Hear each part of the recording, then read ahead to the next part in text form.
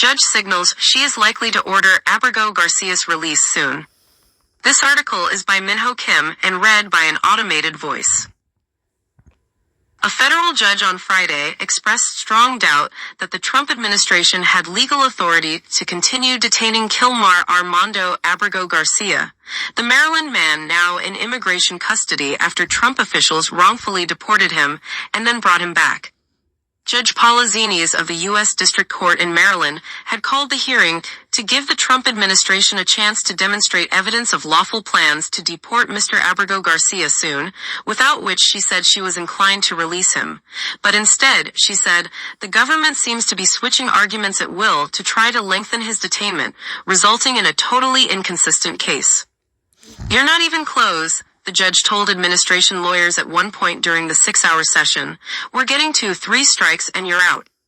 If Judge Xinis orders Mr. Abrego Garcia released, it would be his first time walking free since he was briefly released for 3 days in August, after 2 judges ruled against Mr. Abrego Garcia's continued detention for criminal charges the administration is separately pursuing against him.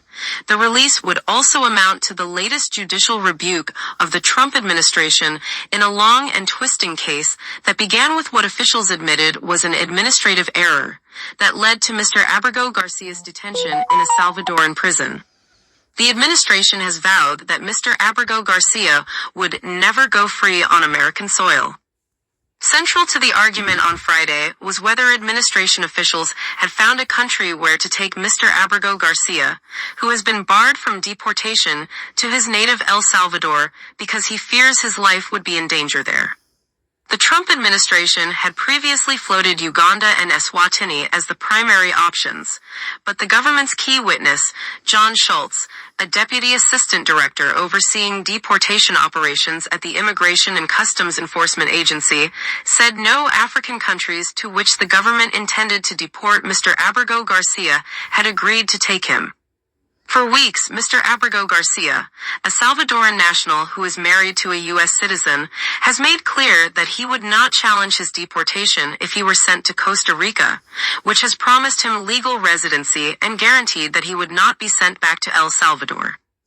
But the Trump administration has refused to deport him to Costa Rica, and in an earlier hearing this week, Judge Xinis pressed the administration to consider the option or clarify why it was unacceptable. She did not get the clarity she was seeking. Mr. Schultz not only could not explain why the administration had refused to consider Costa Rica, but also said he had been unaware that Costa Rica had provided such assurances to Mr. Abrego Garcia.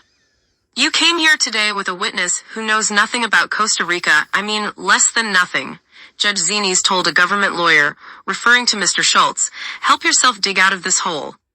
This is a joke for anyone who's listening, she added.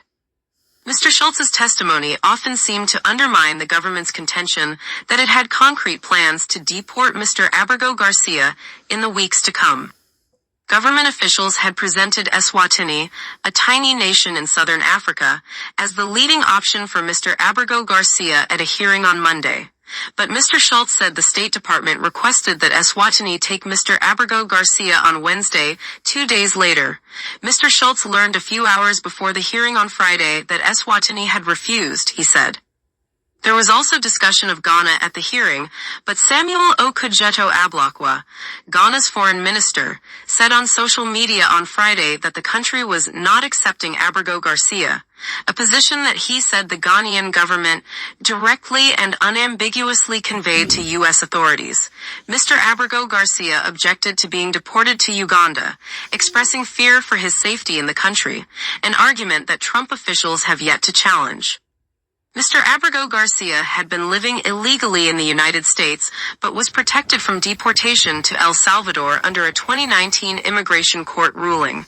Then, the Trump administration mistakenly deported him to the country anyway.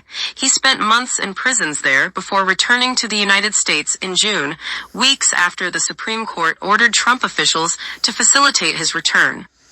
Soon after his return, the administration brought criminal charges against him, claiming that Mr. Abrego Garcia had smuggled undocumented immigrants across the United States, an accusation that a federal judge in Nashville found likely to have stemmed from a vindictive prosecution.